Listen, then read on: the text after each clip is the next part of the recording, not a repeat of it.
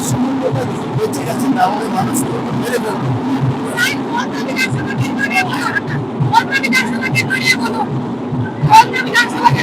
কলকাতাতে তো 21 তারিখ ইলেকশন হবে, 21 আর সেটা কেন হতে পারেনি ওনার ভাইকে।